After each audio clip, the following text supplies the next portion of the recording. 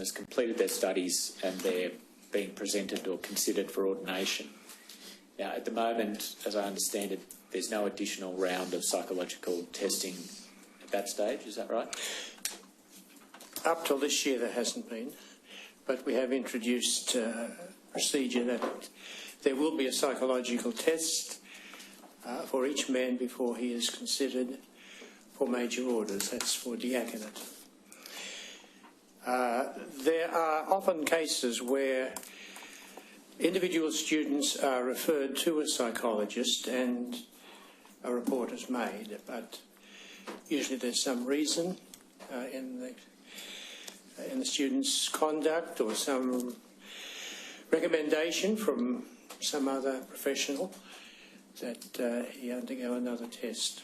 But as of this year, you're going to make that standard for all? That's right. From this year, all candidates, before they are considered for diaconate, will undergo a psychological test. What's prompted the change?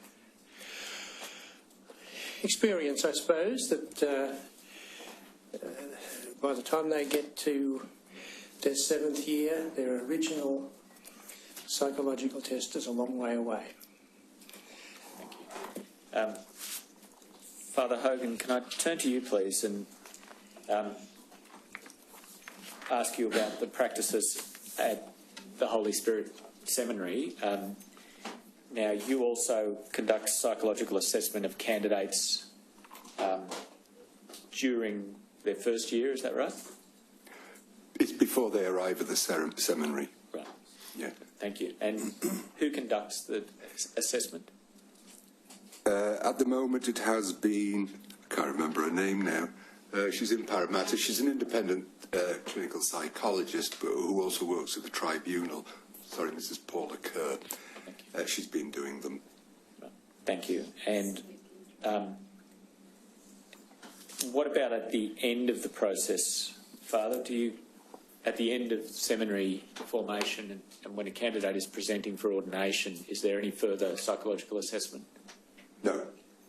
I think you've indicated in your statement that your own attitude to that is that all major psychological defects would have been identified and treatment received well before then.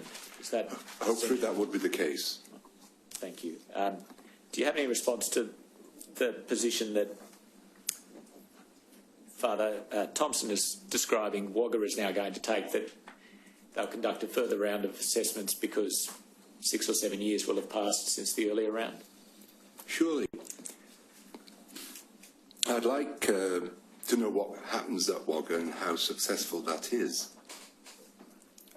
Also, to discuss it with other seminary rectors. We meet every year and we do share an awful lot about procedures and best practices. But that particular issue is not something that's required or dictated by any national guidelines? No, not that I know of. So it's a matter for the individual rector and the bishop, is that right? That's correct. Thank you. Dr. Leary, can I ask you, are you familiar with what psychological screening the Franciscans undertake for candidates? Yes, we, up until now, and I would imagine it would continue in this vein, we would outsource the psychological assessment, and the last one that we did for somebody in initial formation was by a Vitality group. And we would see the separation of the two as being formation and psychological assessment, although there would be a conversation that occurs, a dialogue that occurs between the assessors, the candidate and the formators, that even though we would see that as being a necessary part of it, there also needs to be a separation of roles, we would believe to be the case. But there's probably some fundamental differences in the way that we would approach it, I think. And can I start by saying that in the next 12 months we'll be, or during the next 12 months, we'll be initiating a fairly solid review of formational processes that our provincial has indicated to me that we should begin fairly soon. We've also initiated a substantial review of professional practices and professional services around formation and ongoing development of people within the Franciscans. All of that is about trying to bring us up to speed with best practice in the area.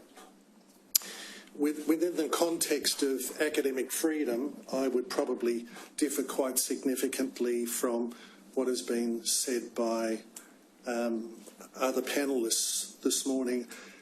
I wouldn't have, and I'm speaking as me now rather than in an official capacity with the Franciscans, I wouldn't have perhaps as much faith, perhaps I'm misreading this, but as much faith in the psychological assessment process as perhaps other panellists might have.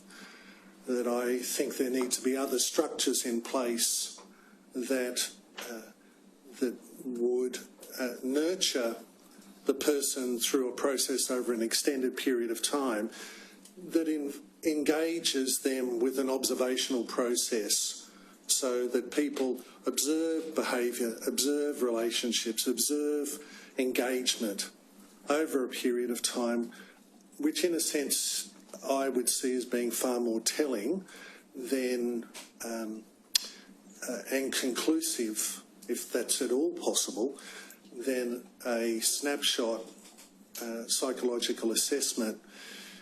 And I would probably agree with some of the points raised with by Dr. Ranson yesterday in terms of the limited value of this sort of a process. It's not without value, and it's an important part of an assessment process, but it's got some limitations to it. And I think at times, through a lack of knowledge or a lack of understanding within the formation group, people place way too much emphasis or way too much faith in that as a process. And I'm not suggesting that Sister Lydia does that. What I'm suggesting is that the formation structure at times, I suspect, places far too much emphasis on the value of that as an indication of what might be okay or not okay. Can I ask you to elaborate a little on what you would suggest are other structures that ought to be in place to achieve the objectives you've described? We're probably going into the area of a whole of structure change, and Dr. Ranson and I would probably agree on many of the points. I think the starting point has to be, and stop me if I'm going into territory that you don't want me to go into, but I think the starting point has to be that not so much one of protecting or isolating or cocooning the candidate, which may not be the intention of a seminary structure but can at times end up being the outcome, but rather exposing in a guided way the candidate to a whole range of thoughts and ideas and experiences that then they can reflect on. And they then become, in a sense, the primary formator. They become the person who engages wholly, fully in a transparent type of discernment.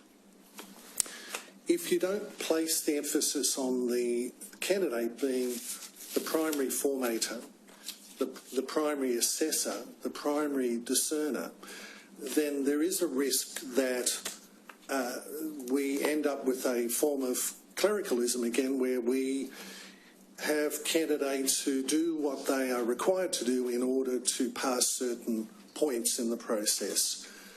And I think my reflection on some of the recent ordinands, particularly in Melbourne, that I've come across is that they've got through what Melbourne would regard as a rigorous process, but they're very closed people.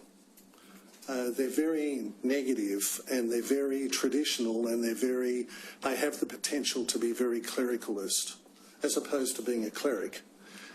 And so I think there's a number of strategies that I would put in place. Father Kelly was talking about when a person comes into the formation process, and I think that guided reflection, that guided accompaniment while somebody is doing something else, like living independently, attending university, working part-time in order to survive, doing what other people have to do, that I did when I was studying and working full-time, in order to engage with the world around you and allow that world to test you out. If you have a vocation, if you have faith, if you have a vocation, regardless of what the influences are, you will make it through that process. One should not cocoon people or isolate them. Otherwise, you end up with what we have seen a number of times in the conversations between the commissioners and witnesses, where we have this sort of silo effect happening. People within the church thinking only within their own language and at times not being aware of the world around them. And when they're not aware of the world around them, they don't know a lot about what people in the world around them experience. Trauma, abuse, war. I mean, we have a lot of parishes in Australia now with, for example, people from South Sudan. Are we equipping our priests and our pastoral ministers to assist people who have been through a war experience? Probably not. Do they actually know that that exists in their lives quietly, in a hidden way, tormenting them? Probably not. Are these matters that can be addressed, in your opinion, through attention to the content of what students are taught, or are you more referring to the structure of how they live and the structure of their courses? I think it needs to go beyond courses. The academic is fine. You know, we've spoken over the last couple of days about the human, the spiritual, the intellectual, the pastoral. On that score, I think in a number of seminaries there are probably too much emphasis on the intellectual and not enough on the pastoral, on the experiential. And I suspect that that's partly because those in charge don't have the language to understand that that's an essential element of formation. So but where I would start, and this, I will probably be run out of town for saying this, but I think seminaries need to think very strongly about whether or not they exist in the model that they exist at the moment. If I was crafting the development of a formation program, I would start by saying that the domicile for each student, after a short period of time in intensive formation, the domicile of each of the candidates would not be in a seminary. It would be in an environment where they received mentoring from another priest, where they're engaged not in any formal role within a parish, but engaged with a parochial community, learning, being observed, where people in that parish could be part of their mentoring process, where they could be exposed to the rigours of everyday life, like they don't get exposed to it within a full-time seminary situation. So I think the starting point has to be to think of a different way of framing this, to get beyond, as Father Ranson or David Ranson mentioned yesterday, several others have mentioned it as well, beyond the Tridentine model that we've inherited and we've stuck to religiously, that we need to think more of the environment in which these people are being formed so that their formation is rigorous and accountable and real, and so they get a chance to soak up this data and make some decisions about who they want to be, who they are, who they want to be, what they want to do, and whether or not this is a role that they can take on in the future. Father Hogan, could I ask you your response to that suggestion in particular that the seminary model itself is a problem in terms of adequate formation. Yeah, thanks very much. In my experience, first of all, it keeps getting referred to the Tridentine model. I'm not quite sure what that meant to encompass.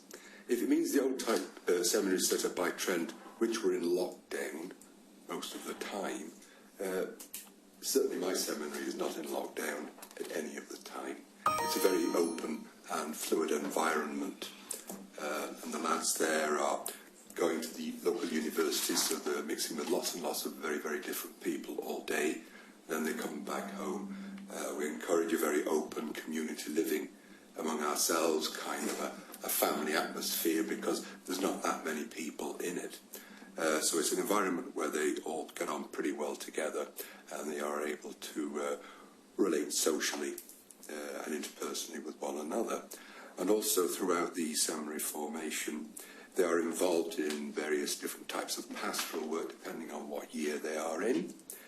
Again, they have a tremendous exposure to the world, ordinary people that they're working with, and they're under the supervision of non-clerics.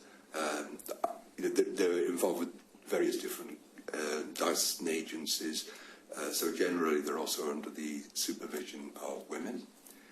And we get continually feedback from those supervisors, and they're also involved in parishes later on in their formation.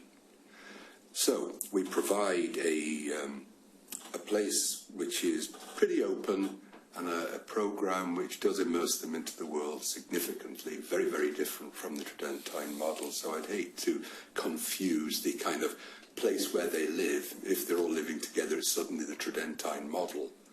With what goes on nowadays, I'd have to say, no, that's not the case, and we're far healthier in our seminary provision than previous. Thank you.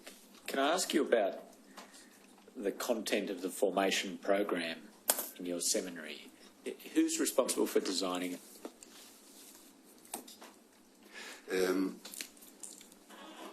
There's a faculty. So there's myself as the rector, I'm the one in charge, and we have the vice rector, who stands in for me but works very much alongside me. Then there's the dean of studies, the spiritual director, and the pastoral director. And we meet every month to formulate what we're doing and how we're going to do it. Now, a substantial part of formation from year 2 onwards is full-time academic work. They go to do a philosophy degree and then a theology degree at outside colleges. Then there is the internal programming and the supervisory tasks that I need to take on board to make sure everybody's living as well as they can. We have a massive emphasis on flourishing, and we try to help them in all areas of life so that they can have complete well-being. So is it the case that, as I understand it, there's guidance from the Ratio Fundamentalis, which is issued by the Vatican, and which gives general guidance as to formation principles, is that right? That's right. Yeah. And that's most recently a 2016 document. Yes. And then there's a national document issued by the Bishops' Conference, is that right? That's correct. But within those principles, it's then up to you at the seminary level to formulate your own curriculum. That's correct, yes. Thank you. Is there such a thing as a statement of educational outcomes or principles at a national level that guide you? Not really, no. Is it something that you think would assist you in designing programs? I'm sure it would be very, very helpful now that you mention it, yeah. Can I just pause there and ask the other panellists, firstly, Father Thompson, do you have a view on this issue that Dr. Leary has raised about whether the seminary structure itself is incompatible with healthy formation? I disagree with it. I think the seminary structure, I agree with Father Hogan that it is a mistake to call it the present structure Tridentine. I was educated in the Tridentine model, and I can assure you from experience that there is very little resemblance between the seminary that I was educated in and the seminary that I am now the rector of. It is open, there is an abundance of contact with people. Each student is out at least once a week doing some kind of pastoral work, whether it's schools, hospitals. The student regularly goes into one of the parishes. The student, halfway through his course, spends a full 6 months in a parish. And even while in the seminary, he's in constant contact with all kinds of people. In Wagga, the university is just up the road. The students know many university students. They meet people in Wagga. They're out socially at weekends and at other times with people that they've met. So I think the seminary structure as such, true enough, modified since it was first introduced by the Council of Trent, but the seminary structure is still sound. Sister, do you have a view on that topic? Yes, I do. Can you hear me? Yes, okay. I agree with Father that it's very important throughout the time of the formation to have good observation of the seminarians and to observe them as they interact with one another and then also with others outside of the seminary. And I think in terms of the model that we have where the seminarians live in different houses and we celebrate the Mass and office, etc., together, but in our chapel. But otherwise, they are in separate houses. They go to different classes in two different universities, CIS and then Notre Dame. They are together with other people all day long, and come back in the evenings again for evening prayer. And for Compline, the last prayer of the day. And they are in parishes, as Father was just explaining, for 6 months of the year in their 5th year. And during the other years, they are guided through and have supervision in different situations in schools, primary schools, secondary schools, where they are supervised by various people, men and women, lay people, religious priests, and so they have a great deal of feedback, and we receive all that feedback also. The priests who are supervising our seminarians in their parishes also have a bit of training in terms of what we're looking for, what they're looking for, and so they give us feedback as well. So it's a very open system. It is obviously typical for the seminarians at the end of the year to get a bit stir-crazy, where it feels like it's too close, but it has to do with the exams and the... but we also talk about that. We talk about how those are all issues for formation. And that's why it's so good to see them, how they respond with one another. If they're frustrated, what is their frustration tolerance level? If they're being rigid, what that rigidity is. We talk about it, discuss it with them, talk about how they can be charitable, and if they're not charitable, what they need to work on within themselves. So it's a constant years program of formation, and it's very valuable.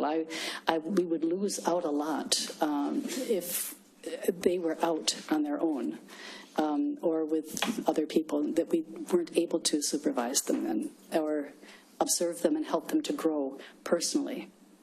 But many of the other faith-based organisations, institutions, don't have that model. Mm-hmm. And why is this particular model beneficial vis-a-vis a more open model, one in which is more integrated into the community in terms of living and working? What is the evidence that this model produces anything different, better, for this faith, given that most others do not have this model and, in fact, would steer well clear of this model? So what is it? What's the demonstrable evidence that this model is a preferred model, other than it's the tradition of the church in many parts of the world? Well, I think it would be good to do a bit of statistical analysis, and I can't answer your question because I'm not a statistician or a researcher in that area. But I think it would be well worth taking a look at. I think that's a good idea to do some research on that, because we find it valuable. We find it a help for the seminarians. It doesn't mean that another model is bad or poor. All I'm saying is that in my experience, that our model is working well. But on what basis do you come to that conclusion? We've already heard from Father Michael Whelan, we've heard from the Vicar General of Broken Bay, we've heard from several priests, all of whom have indicated radical change to the seminary model is required. You would be aware, as I and others have heard throughout the Royal Commission and generally, that many people believe the seminary model, even today, has still profound weaknesses in it. And yet I don't hear any learnings about that. Well, I think it would be good if you could tell me exactly what weaknesses you're talking about. I think Father Leary's just indicated some of those, and one of those was the experiential nature of and the exposure to a broader community and an integration with that community. And I know Father Kelly is nodding as well. Now, that doesn't seem a remarkable proposition to somebody sitting on the outside, given what we've heard. For the vast majority of those that were perpetrators came through fairly well-disciplined seminaries, to use Father's term. But you're talking about seminaries there that were very different 20, 30, 40 years ago. Are they? Yes. I mean, all I can speak from is my experience in our seminary and with the seminaries that I know in the United States. There's also been the view that the current seminaries, particularly those referenced today, have in fact producing men for ordination that have re-embraced a notion of clericalism, a notion of separateness from their faithful, a notion of dressing up as they now do. All of those, to the outsider, looks as if there's a reversion back to a model. And yet, on the other hand, the Royal Commission has had ample evidence that all of those factors were present in, as a contextual setting, if not causal setting, some of the greatest atrocities that we've seen. What you're talking about is, there are two levels to what you're describing. One level is the the outside, what you see. And it's true that if somebody is hiding in that in the clerical garb and all of that, in terms of the that form of a rigidity in celebrating the Mass, then there's a problem in that. I would absolutely agree with that. And that is what will develop into, or is already, a form of clericalism. What I look at and what we look at is, what is the interior life of this individual? And I'm not talking only about the spiritual, but what is the psychological wholeness of this individual? And if they are psychologically whole, there is in itself nothing wrong with a Latin Mass or with wearing clerical garb, depending on the situation and the understanding of the people with whom they are working and for whom they are celebrating the Mass. But what's important is the interior life. Except what one does and the way in which one dresses and practices sends an external message. Of course it does, it must. Yes. And I'm not going to criticise the Latin Mass, nor in fact the robes. To do that would be to attack many, and even in the legal profession. But is it not true that there is a concern within the Catholic Church now that some of the seminaries around the world and in Australia are at risk of, in fact, producing men who are rigid, who, in fact, are less capable of dealing with the world than would otherwise be necessary. And that some of the external issues in relation to rituals and clothing is, in fact, sending a sense to the world and to the faithful that we are, in fact, very different, very special. Again, one of those issues that have been canvassed in the last week or so. Is there not a danger that that sort of approach, whilst the internals are important, externally we're sending a very unusual message at a time when the evidence is that some of those trappings were, in fact, contributing factors to abuse, either of adults or, in fact, of children? Yes. I would say you can't, it would be very unwise to throw the baby out with the bathwater. So I think you're right in the sense of it can hide that. It gives the sense to people that there is somebody here who is special and different. Yes. At the same time, what is important is how the priest or how the seminarian will work with that. And if they realize this is not a situation when it's appropriate to be dressed this way or to be doing this, and if they are beginning to be exclusive in forming relationships, then that is a major problem. But you could have someone, I'm sorry. I was going to say, you could have someone who's celebrating, and there are many priests who celebrate the Mass as we know it in the vernacular, and who have problems with abusing women or children or even boys. So we have boys or girls, adolescents. So it's not necessarily what the person is wearing, but it's who that person is. And what you're doing is you're focusing on the particular. What the Commissioner was endeavouring to open up was a discussion that reflects a lot of what we've heard, and that is that although you may be concerned about the particular, when some religious and priests dress up and appear to put themselves on a pedestal in any situation, then that carries over to the perception of the layperson, of that person in other situations. Do you understand? Yes, I agree with you. Those situations where the danger arises. The danger doesn't arise in the course of the formal ceremony of the church. But it has. I have to say it has. Well, it has done. In the sacristy, for example, yes. Well, it doesn't happen when everyone else is in church praying together with the priest, hopefully. But nevertheless, it's the perception that comes from all of those trappings and processes that then builds the picture of the significant and separated priest, respected, and you probably heard me say this earlier in the week, over and over again, respected by the mother in the family, so that to the point where she wouldn't even believe her own child. Yes, I know. That's happened. So it's not just the particular dressing for the occasion. There's a whole story here, which, unless you understand the whole story, perhaps you miss where the problems might be. Do you understand? Oh, I absolutely understand. And so that's my point, is the formation of the seminarians who become priests is so important, and so that they do not abuse others, they do not view others as objects, and as they go into families as whatever they're doing, because they're always a public personality. Again, they're a public person. Looking at it there from the point of view of the priest, what I'm trying to do is to open up a discussion which looks at the other side, and that is, how does the laity see the priest? What is it that the priest may be doing that's created this perception, which we've called clericalism, which in fact has opened the door in so many families to catastrophic abuse? Yes, I agree with you. Well, then what do we do about it? Train priests well and work with the lay people, work with people in parishes to be more observant.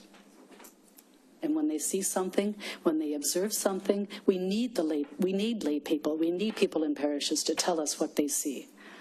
Do you think there needs to be more thought given to whether or not the processes in some training establishments create from the start a sense of separate identity, special identity, which then feeds generally into the way ministry is practiced by those priests and religious? Again, I don't see it as, well, it depends on what seminaries you're talking about, because there are extremes. All I can say is from my experience, from our seminary, I would not see that the seminarians are considered to be someone special. If someone does, then we talk with them about it. What's the nature of the dress of the seminarians in your seminary? They wear normal dress, except if they're in liturgical celebrations. And they wear, what do they wear then? Pardon me? What do they wear then? Wear the soutane or the alb. But you would acknowledge that a number of your seminarians are encouraged to wear the soutane in their daily lives, external to the church. You wouldn't accept that? No. Okay. Not that I'm aware of, at least. Father Kelly, who's come through a very different formation training, has a view about this. And of course, I just want to make the point, all of those represented here today represent parts of church where there has been abuse. So there is no part of church that is represented here today that hasn't had some abuse within it. That's right. But I just wanted to see Father Kelly's experience is very different. Yes, we don't have that dress up. We certainly don't go in for entitlement, so our mode is to try and fit in with the community that we're living in, and to adapt our dress to that. But when, say, for example, I have the novices go out on ministry or something, where that I might get them to wear a little lapel, such as I'm wearing now. So that, I think I don't think we've ever faced an issue about clericalism in terms of habit.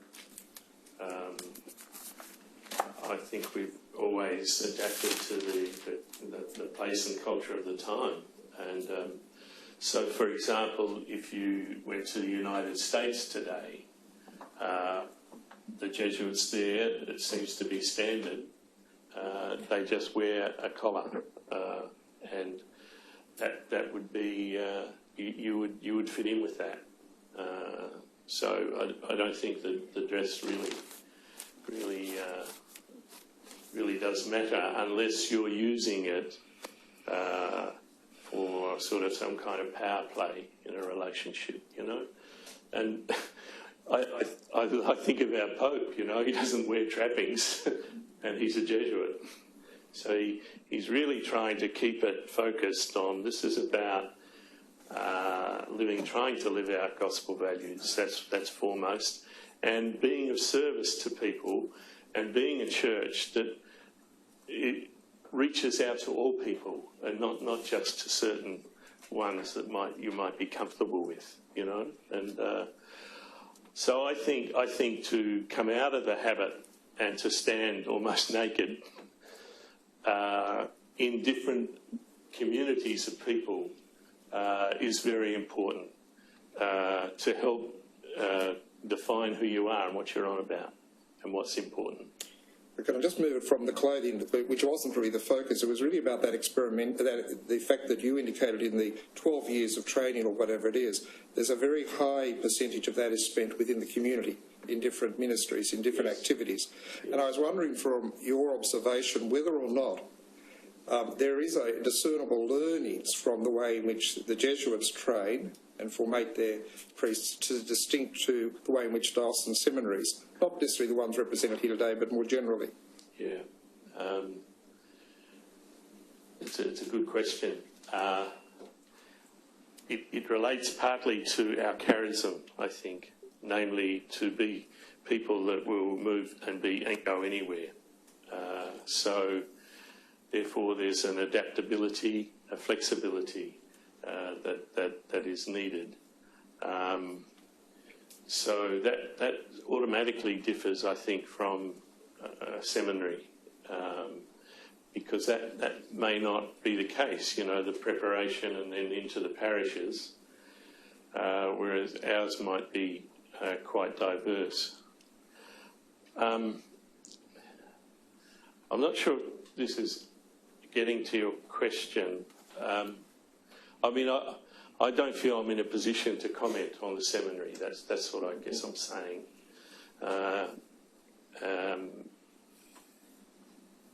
But I can comment is this engaging people and is this extensive, what's happening in formation in the seminary? That's what I guess I'm wondering.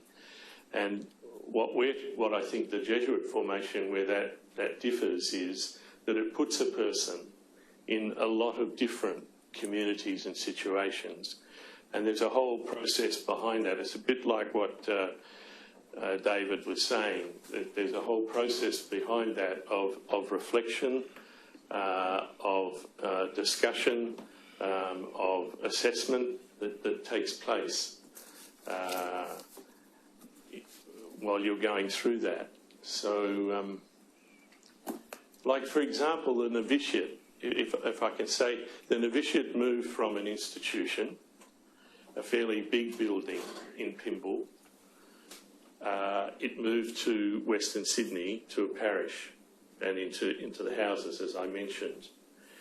So what were we thinking? What were we on about?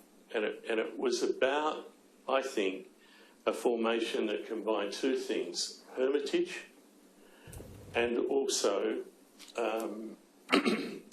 what I call apprenticeship. So being part of a Jesuit community that was active, working in that area, so that these people were modelling how you were relating to this very multicultural community, and you were picking up that. But I think with the seminary, I sense there has to be some space where a person learns to grow in their relationship with God. And so a person learns to pray. But the prayer is not just recitation, it seems to me, or going through rituals only. But the prayer is actually what's going on in your heart, what's stirring you, what's moving you. And you have that from the various experiences that you encounter. I don't think it has to be complex. So that for me is like helping with spiritual formation. And every Jesuit has a spiritual director whom they see monthly. And every Jesuit, well, we start right from the beginning. Every week I call the guys together for 3 hours and we talk about the week. What has happened in your week? You know, and it ranges from many very different things and experiences. But this I think is helpful for growth and mutual sharing and support of one another and trust and transparency. So those kinds of things I think are important. But I sense that with the seminary that there's that being in the institution, if you like, is about trying to foster that hermitage prayer life, I think, from which you can move out. But the Jesuit charism says you do both and. That's what the Jesuit charism says. Father Kelly, earlier Sister Allen asked what weaknesses we should identify. And 2 weaknesses were identified in formation by Dr. Leary. One was the experiential and the other was the pastoral.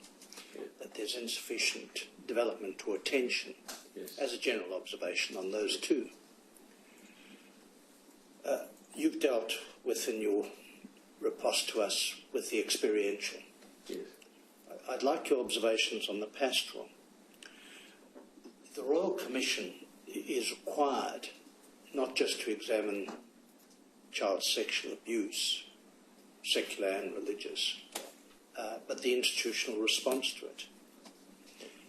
And one of the greatest needs of victims and survivors can be broadly categorised as pastoral. Right. and we have written extensively about that in our redress report. If there's one common theme that comes from victims and survivors, either as information in our many thousands of private sessions and in evidence in our public hearings, is that the greatest weakness of faith-based organisations, and in this case the Catholic Church, has been the pastoral response. Whether it's a nun, a brother, a monk, a priest, a bishop, an archbishop or a cardinal, the same criticism applies, that the pastoral response is really poor. And yesterday's evidence was quite interesting. An interesting point was made by Dr. Robinson when she said that of all the counselling professions, priests engage in it more than anyone else. I think the figure she used was 40%. Yes. She actually used the phrase, they are at the cutting edge of mental health. So the pastoral dimension is enormous. Now that's one of the two weaknesses identified by Dr. Leary. Yes. What do you have to say to us about that dimension in formation? Because it seems to be a fundamental need, seems to be a fundamental role or purpose, and yet to be very, very weakly applied in the evidence to us from victims and survivors. Yes. I think that's a fair comment. And I would say for our men, particularly when they move out of the novitiate context, that they're under a professional pastoral care supervisor who helps them when they go down to Melbourne and do their studies to also engage in pastoral work which is reflected upon and supervised. And at some stage during that formation, they'll do clinical pastoral education. They will do that course, and I think that's just fundamental. That needs to happen. So that would be part of the formation as well. The question, though, goes not to what people do, Yeah. but how they do it. And victims and survivors tell us that how it's done is appalling in many cases. There are some wonderful exceptions. Yeah.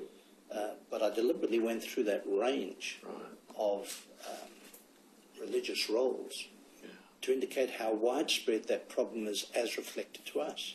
It is a major weakness in the institutional response, and yet it is the core of, as I understand it, of the Catholic and of faith-based activity. So what should be done in seminaries to address that weakness in the institutional response?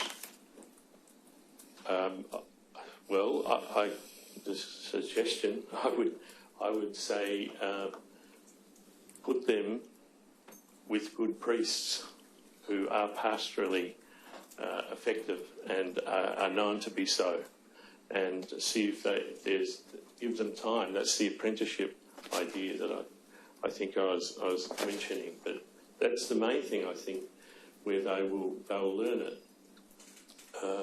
how to be with people.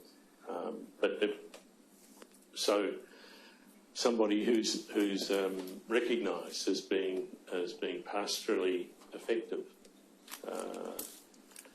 utilise them, I think, in the formation. Anyone else have an observation? I couldn't agree more that the pastoral element is probably the area where the church fails the greatest.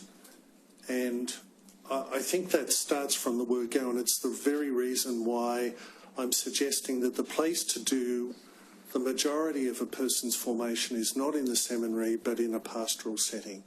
And I'm not suggesting that from the day they start that you give them responsibility. On the contrary, you wouldn't give them responsibility. I think the first test for a candidate for either religious life or the seminary or for priesthood is not a question about whether or not they're homosexual or not. I think it's about whether or not they're compassionate. And that's the thing that needs to be tested out. Can they actually feel what it's like to be in the shoes of the other person who is the victim, or the person who's been tortured, or the refugee, or the person who has $20 left before payday on Friday?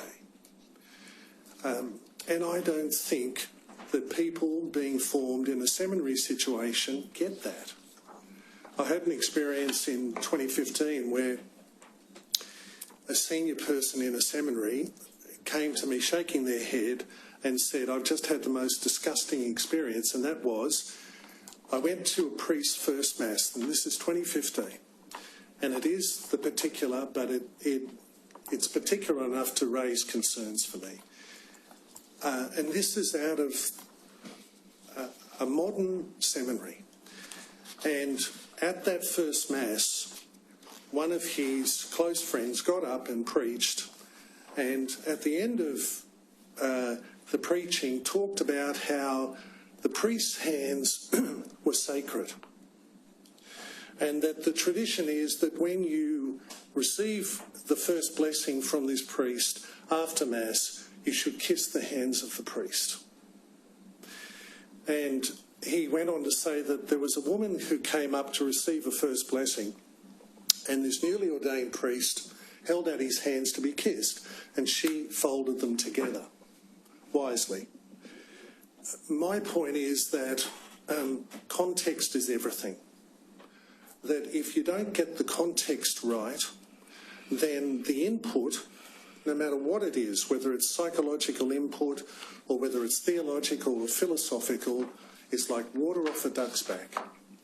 And it worries me immensely that some of the language we use around the testing of people, particularly around the issue of sexuality, that if we are searching for people to declare whether or not they're homosexual or not, then we are barking up the wrong tree, because it pathologises what today in modern psychology we would see as, well, this person is this way. Let's not pathologise it. And good theology will not see that person as intrinsically evil. Good theology will say, this person is made in the image and likeness of God. This person is made in the image and likeness of God. Regardless of who they are, or who they love, or who they feel attracted to, this person is made in the image and likeness of God. And we should not take on a position of disrespecting that. We should understand that people are different. And the fact that a person is homosexual doesn't impact intrinsically on whether or not they could be a good priest or a brother or a nun. But rather, the thing that we need to look for is the capacity for compassion, and whether or not a person can actually feel what it is like to be in the shoes of the other. And we don't do service to the church by making the primary domicile of a candidate for priesthood the seminary, because there is too much experience that says that it isolates people out, and it creates a form of silo where, regardless of whether or not they go to Notre Dame or AC or whatever, they come back to a space where they are relating well with each other. Parishioners don't care in some respects whether they relate well to each other. They want to know whether this person is going to love and respect and care for us in a way that keeps good boundaries, and where this person knows themselves and knows that they are a gift and understands that through humble eyes. Doctor, if we can just turn to document 29, I think it is in the bundle. You'd be familiar with this. It'll come up on your screen. It's the instruction from the Congregation for Catholic Education concerning the criteria for discernment of vocations. Sure. You're familiar with it. I am. It seems to be, well, it is focused on the question of homosexual people as candidates for the church. What you've just said seems to be at odds with what's said in this document. Yes. It is, is it? Yeah. How do I reconcile in your thoughts with the document? Well, it's a battle you've had, will have, and certainly a battle I have. My experience tells me that a person's sexuality is not relevant until the point where we discern that they don't have a mature sexuality, that they aren't emotionally mature. That's where it becomes problematic. Now, others have spoken about the signs we look for, whether or not they have a capacity for solid adult relationships, whether they have a capacity for intimacy, whether they can have a capacity for relating over the long term with people, good friendships, friendships that are sustained over a period of time. These are far more indicative about whether or not a person has a healthy sense of self. It would not be, I'm not a formator, and I'm not in charge of initial formation, and I don't make the decisions about who comes into the Franciscans. But I know that homosexuality would not be a barrier to being a Franciscan. This document on its first page says that the instruction contains norms concerning a specific question made more urgent by the current situation, that is, whether to admit to the seminary and to holy orders candidates who have deep-seated homosexual tendencies. Now, the document speaks of urgency, or sorry, more urgent by the current situation. Was that the child sexual abuse issue that made this more urgent? I would say so. It's probably not restricted to that, but a few years ago there were, not to malign St John's College at the University of Sydney, but there were problems at St John's College, and they were around institutionalising of practices and understandings, and I think people gathered in one place like that can produce aberrations, no matter whether the people are heterosexual or homosexual. Again, I don't think that homosexuality is a barrier to good ministry, and I know that from personal experience. And I think that if we go down that path, what we are doing is pathologising a way of being in the world. And I don't think that's good theology, and it's certainly not good psychology. And I don't even understand what the notion is of deep-seated homosexuality. I've got no idea what that means. And I've got no idea what it means to have inclinations versus a deep-seated understanding. Any of you can answer this, but is it the case that the Church, at least in 2005, was thinking of sexual abuse of children as an issue connected with homosexuality? I don't think so. What do you think this document was saying? It came from a situation, especially in the United States, where it was recognised that homosexuality had made deep inroads into the seminaries. It did exist also, I understand, in one Australian seminary, maybe two.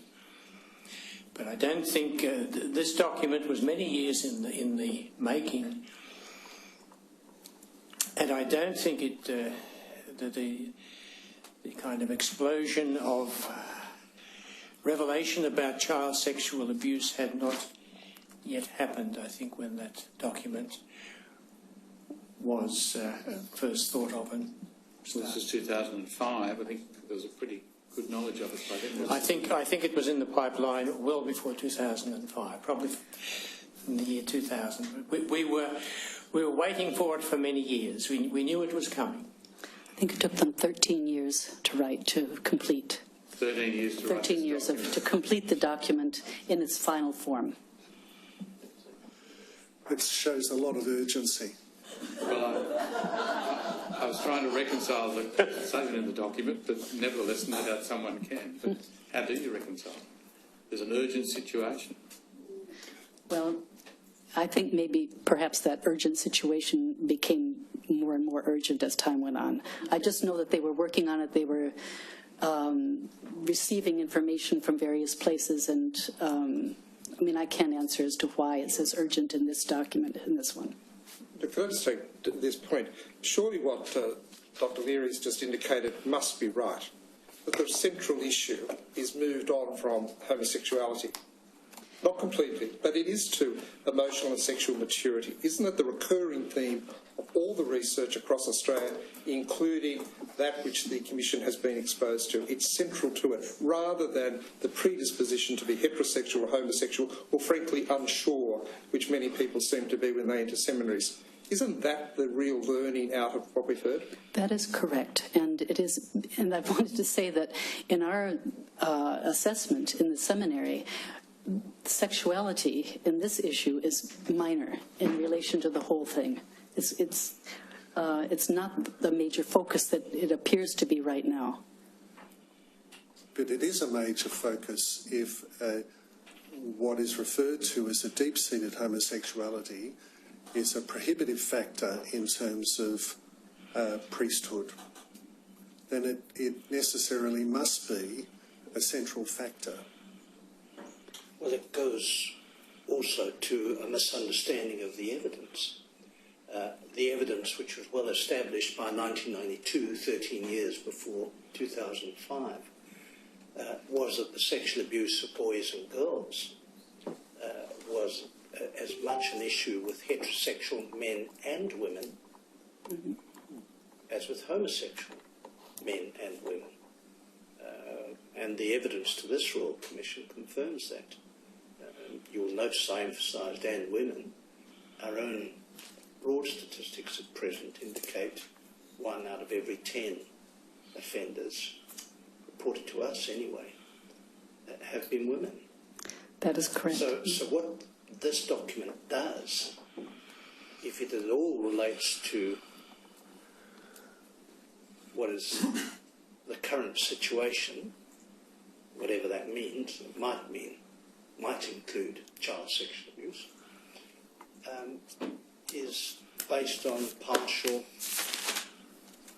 partial understanding of the evidence available to us. Would you concur with that view? Well, I would say that there are documents, Vatican documents, in regard to child sexual abuse, and they are later than this particular one, but they do exist. And I think it has taken the Church a while. I mean, this is my opinion. It just took the Church a while to work through and to come to a better understanding of herself and of what led to the hiding or lack of response and lack of public response to the child abuse issue. That has taken longer, not only within the Church, but within the world at large. I mean, I've worked also with people who were abused in other churches, and I've worked with so many who have been abused by their parents, by brothers, by other people. So this whole issue of sexual abuse, it's been hidden in our society. And it has taken longer for us to gain a sense of consciousness where we are able to face the heinous crime that it is, and to name it as such, and to be able to bring those who have caused such harm to families in our society to justice. It's just within our human consciousness that I think there was not the capacity before to name it for what it is. institutionally. Please let me finish. I'm not saying individually, I'm not saying to recognize it as a crime. Obviously, it is a crime, and it always has been a crime. I'm not saying that. I think there's ample evidence, even from this Royal Commission, that we're dragging our feet in terms of understanding the significance and the importance and the reality that we face as a church community. And I'm not convinced that we've got it at all. I'm simply not convinced that we understand it. If we did understand it, we would think seriously about changing the structures that have led, in part, to the creation of a context out of which abuse emerges.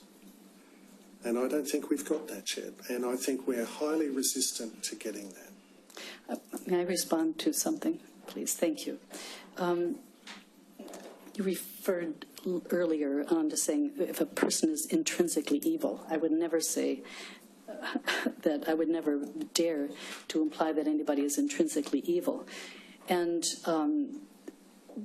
it is absolutely true that seminarians and those working in seminaries need to respect the dignity of the person. And as you were talking about compassion, what I focus on is looking at, with the seminarians, do they know suffering in their own lives? And suffering, I think, is a very important issue, because if you don't know how to suffer, if you have not suffered in your life, if you have not suffered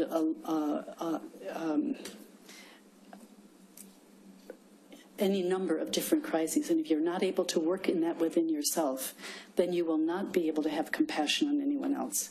And that brings us back to the issue of criminality, of a willingness to look at oneself, to look at one's own weaknesses and be aware of one's weaknesses and strengths. And so that if nobody will ever be emotionally mature if they do not know how to suffer and how to hold suffering with someone else, how to hold those who suffer. If they're not able to identify with suffering. You're right, I've still got a bit of ground to cover, if that's a convenient time to... Sorry? I've still got a bit of ground to cover. Ground to cover, so we should have lunch. I think so. We shall. We'll adjourn. All stand.